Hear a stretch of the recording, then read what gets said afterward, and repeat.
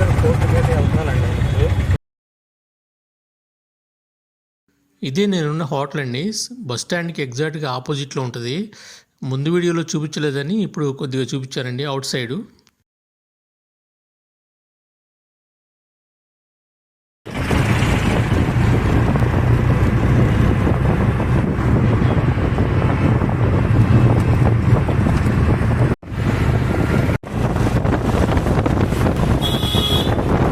Students కూడా బాగా వస్తున్నారండి.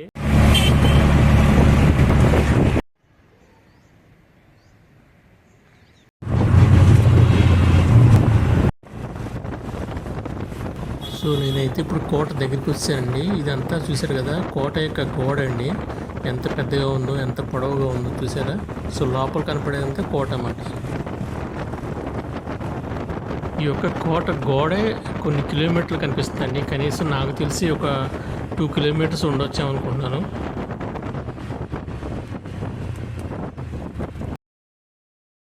సో మనం అయితే ఇక్కడికి వచ్చామండి. సో బేదర్ కోట దగ్గరికి. యూట్యూబ్లో సార్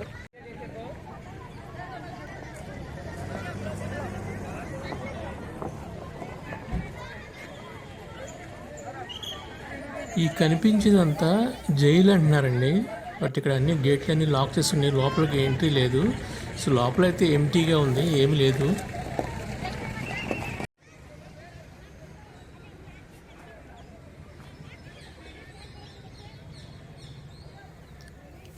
ఆ యొక్క జైలు ముందే ఇక్కడ చూస్తే కనుక ఫెన్సింగ్ వేశారు. ఆ ఫెన్సింగ్ లోపలంతా కూడా బాగా డౌన్గా ఉంది. మరియు అక్కడ కొన్ని గోడలు కనిపిస్తున్నాయి. ఆ గోడలు ఏంటంటే యుద్ధం వచ్చినప్పుడు ఆ గోడల చాటు నుంచి యుద్ధం చేసేవాళ్ళేమో మరి. సో అలా అనిపిస్తుంది నాకైతే.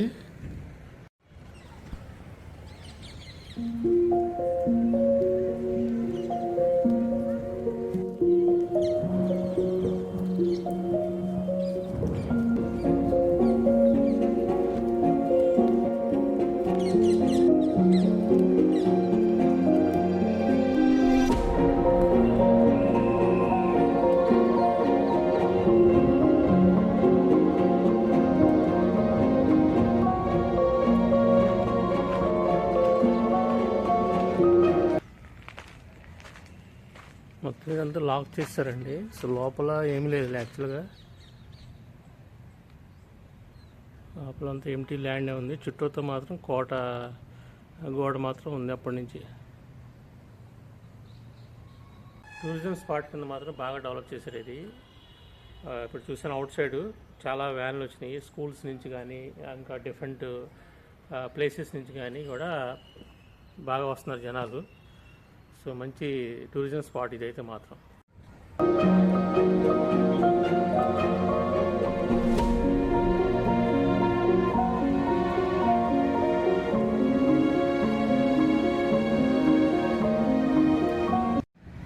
ఇక్కడ చూస్తున్నారు కదా, కోట యొక్క గోడ హోల్లోంచి నేను కెమెరా తీశాను. బయట మొత్తం బేదర్ సిటీ మొత్తం కనిపిస్తుంది. సో ఈ హోల్స్ అన్నీ కూడా ఏంటంటే అప్పట్లో ఈ యొక్క సైనికులు అందులోంచి చూసేవాళ్ళు ఎవరైనా దండయాత్రకు వస్తున్నారా ఏంటి అనేది.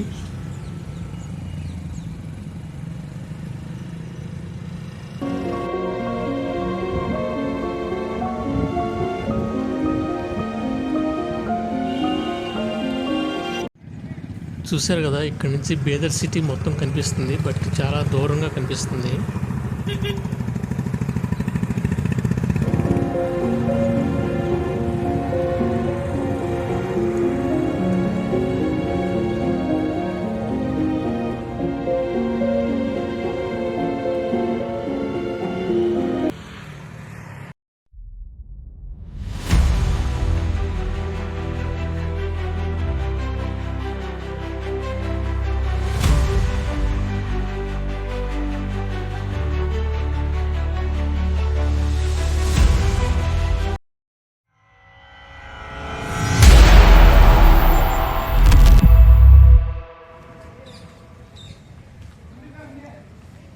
ఇది మెయిన్ ఎంట్రన్స్ అండి. సిటీలోంచి వచ్చినప్పుడు ఫస్ట్ ఈ మెయిన్ ఎంట్రన్స్ నుంచి మనం వెళ్ళాలి.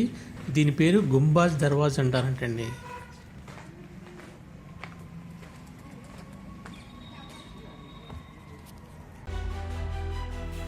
ఇక దీని యొక్క చరిత్ర చూస్తే ప్రస్తుత బేదర్ కోటను కట్టించింది బహ్మనీ సుల్తాన్ అలావుద్దీన్ బహ్మనీ అని. అతడు 1427లో తన రాజధానిని గుల్బర్గా నుంచి బీదర్కు తరలించినప్పుడు కట్టించాడని చరిత్ర ద్వారా తెలుస్తుందండి.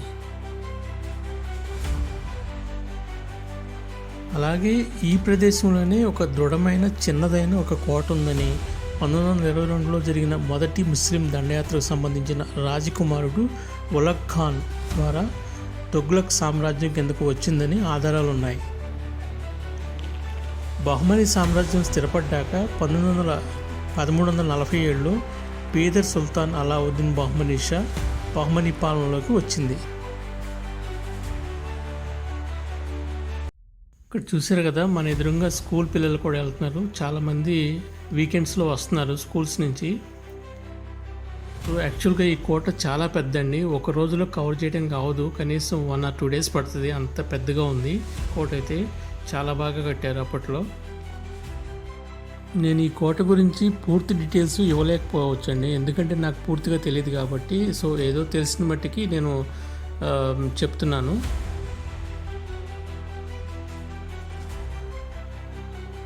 మొదటి అహ్మద్ షా 1422-1486 మధ్య పాలనలో బీదర్ బహ్మనీ సామ్రాజ్యం రాజధాని అయింది.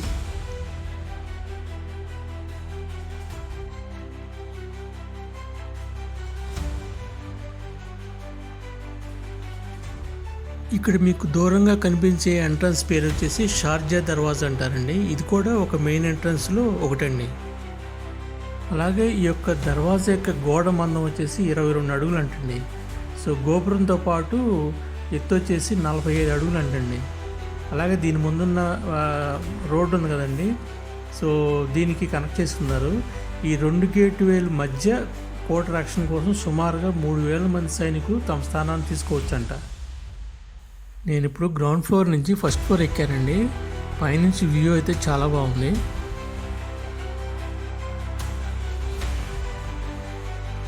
సో ఇలా పాత కోట స్థానంలో కొత్త కోటతో పాటు మద్రాసాలు, మసీదులు, మహల్లు, రాజభవనాలు, తోటలు కూడా నిర్మించబడ్డాయి. అలాగే బీదర్ చరిత్రలో చెప్పుకోదగ్గ వ్యక్తి 1466లో ప్రధానమంత్రిగా పనిచేసిన మహమ్మద్ గవాన్. క్రీస్తు 1656లో మొఘల్ చక్రవర్తి ఔరంగజేబు ఆక్రమించుకునేంత వరకు ఈ కోట బాద్షాహీ సామ్రాజ్యం అధీనంలోనే ఉందంట.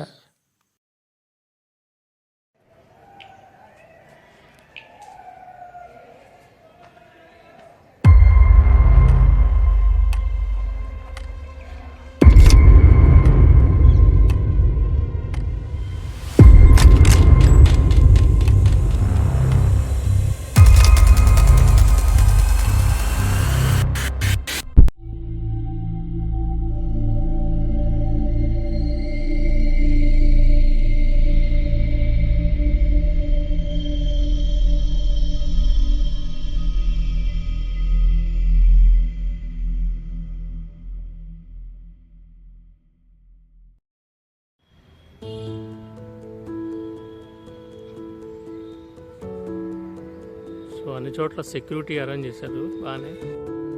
బీజాపూర్ సామ్రాజ్యంలోకి 1619-20 మధ్య చేర్చబడి 1657లో మొఘల్ రాజ ప్రాతినిధ్యం కిందకు వచ్చి 1686 నాటికి మొఘల్ సామ్రాజ్యంలో భాగమైంది.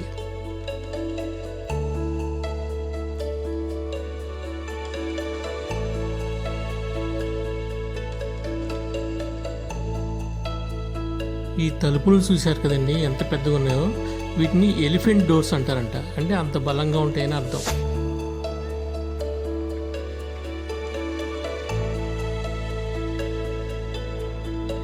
ఆ తర్వాత 1751 నుండి 1762 మధ్య ఆసఫ్ జా 3వ కుమారుడైన నవాబ్ సాహిద్ మొహమ్మద్ ఖాన్ అస్ఫుద్దల్లా బీదర్ కోట నుండి సామ్రాజ్యాన్ని పాలించాడు.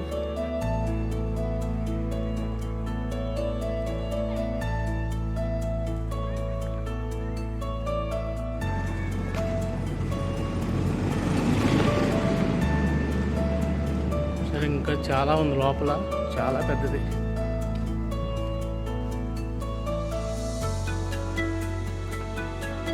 చూసేసి ఇక్కడ బోర్డు చూసారా, ఆయుధ గృహాలు ఉన్నాయి, గన్ పౌడర్ మ్యాగజైన్ అంట. అంటే ఇక్కడ మేబీ రైట్ సైడ్లో ఇక్కడ ఆయుధాలు పెట్టి ఉంటారు.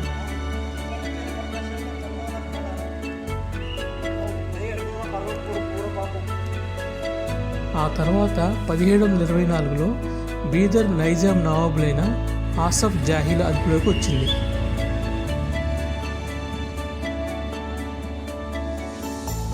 సో ఇక్కడ నుంచి ఇది వచ్చేసి రంగీన్ మహల్ అండి. సో ఇది నేను సపరేట్గా వేరే అనుకున్నాను, బట్ ఇది దీంట్లో కలిసే ఉంది. సో ఇక్కడ నుంచి ఇదంతా కూడా రంగీన్ మహల్. దానికి దారి కూడా చూసారు కదా, లెఫ్ట్ సైడ్లో ఉన్నదంతా రంగీన్ మహల్. ఇక్కడ చూసారు కదండి, రంగీన్ మహల్లోకి యాక్చువల్గా ఎంట్రీ లేదు, మొత్తం అంతా లాక్ చేశారు. బట్ నాకు ఒక ఫోటో దొరికింది, అది షేర్ చేశాను, లోపల ఇన్సైడ్ ఫోటో. సో ఇదంతా రంగీన్ మహల్.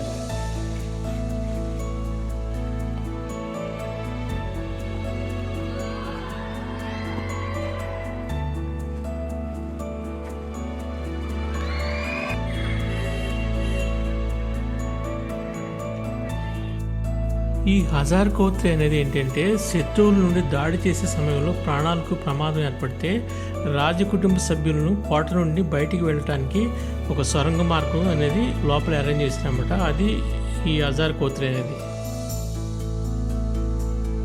బీజాపూర్ సామ్రాజ్యంలోకి 1619-20 మధ్య చేర్చబడి 1657లో మొఘల్ రాజు ప్రాతినిధ్యం కిందకు వచ్చి 1686 నాటికి మొఘల్ సామ్రాజ్యంలో భాగమైంది. స్కూల్ పిల్లలు చూసారు అలాగా డిస్కషన్ వచ్చింది.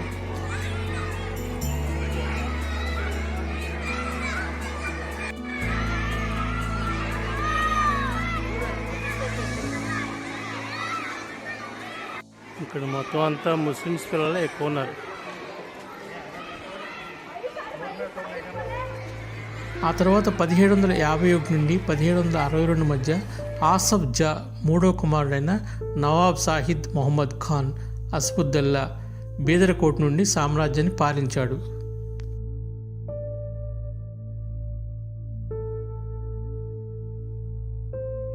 ఆ తర్వాత తన తమ్ముడైన మూడో మీర్ నైజాం అలీ ఖాన్ అసఫ్ జా ఇతని కోటలో బంధించి 1763 సెప్టెంబర్ 16లో హత్య చేయించే వరకు అతని పాలన కొనసాగింది. ఆ తర్వాత సామ్రాజ్యం 5 ముక్కలు అయిందంటండి. అది ఎలాగంటే బీజాపూర్ ఒకటి, గోల్కొండ ఒకటి, అహ్మద్నగర్ ఒకటి, బీదరు అలాగే బేరార్ ప్రాంతాలుగా సామ్రాజ్యం విడిపోయిందంట. ఆ తర్వాత భారత స్వాతంత్రం తర్వాత 1956లో బీదర్ మైసూర్లో భాగమైపోయిందంట. ముఖ్యంగా బహమనీ రాజులు గుల్బర్గా నుండి 1347-1424 మధ్య కాలంలో 1424 నుండి రాజ్యం సమాప్తి చెందే వరకు బీదర్ నుండి పరిపాలన సాగించేవారని అక్కడ చరిత్ర ప్రకారం చెప్తుంది.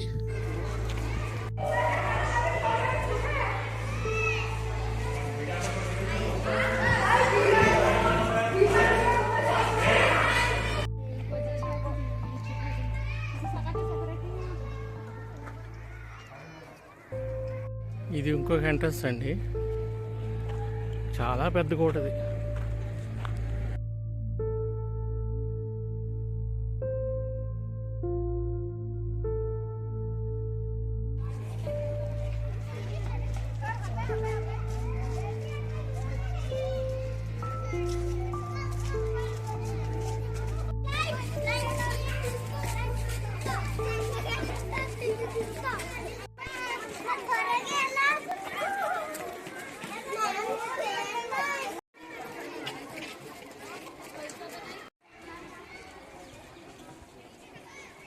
ఏందో సబ్ సర్కిల్ ఆఫీస్ అంట.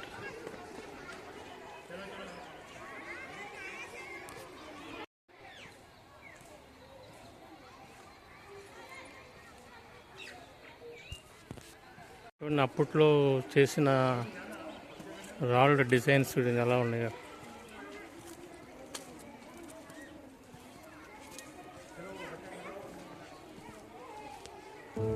ఇవన్నీ కూడా అప్పట్లో నల్లరాతి మీద చెక్కిన శిల్పాలండి.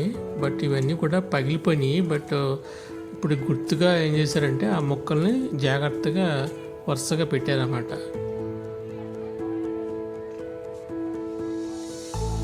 ఇంకా చాలా పెద్దది, ఎన్ని ఎకరాలో మనకు తెలియదు కానీ లోపల ఇంకా ఇక్కడికి ఆపేశారు, తాళాలు వేశారు ఇక్కడికి. సో అంతా ఇంకా ఉంది లోపల.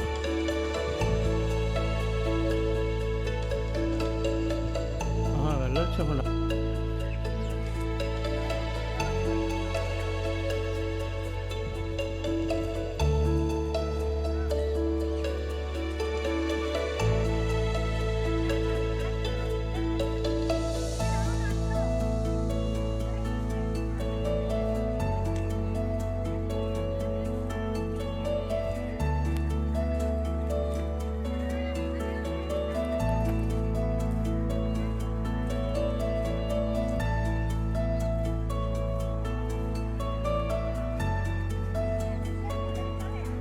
లోపలికి ఎంట్రన్స్.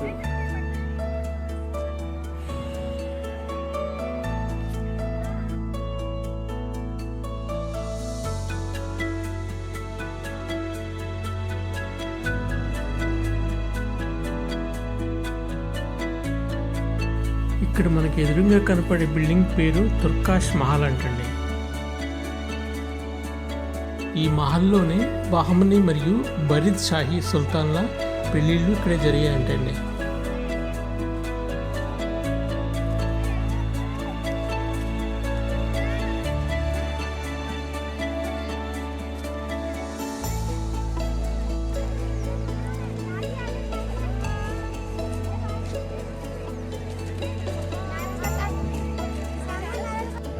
ఈ కనపడే బిల్డింగ్ పేరు గగన్ మహల్ అంటండి. ఇది మొదట బహమనీ రాజులచే నిర్మించబడిందంట. మరియు బరీద్ షాహీ పాలకులు కొన్ని మార్పులు చేర్పులు కూడా చేశారంట ఇందులో.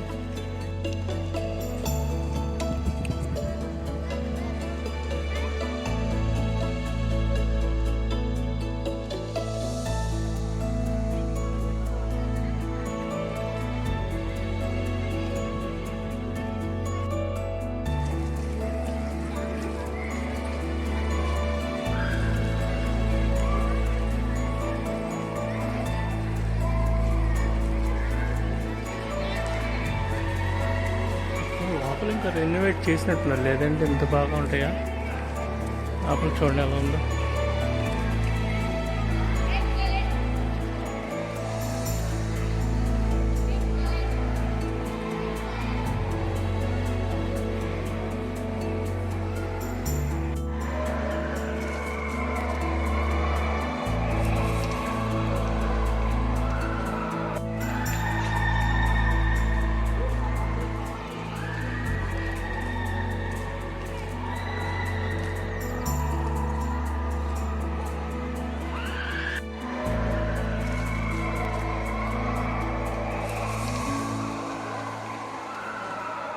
ఇదంతా లోపలండి, ఎంత బాగుంది.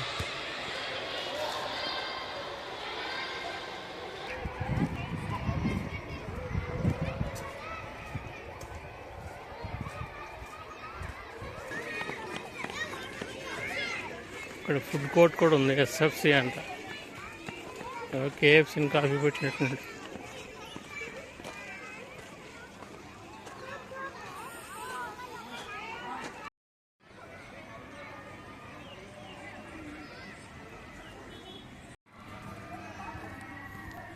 ఇదేనండి ఫుడ్ కోర్ట్.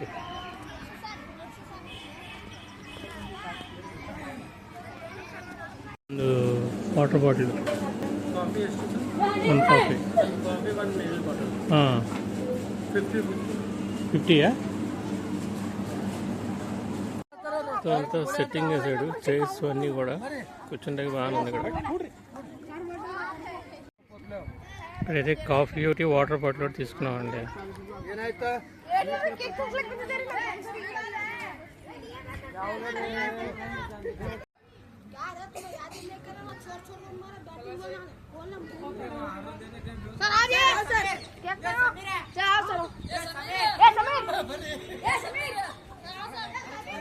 కాఫీ అయితే బాగుందండి, ఫ్రెష్ బీన్స్ పెట్టి చేశాడు. సో మిషన్లో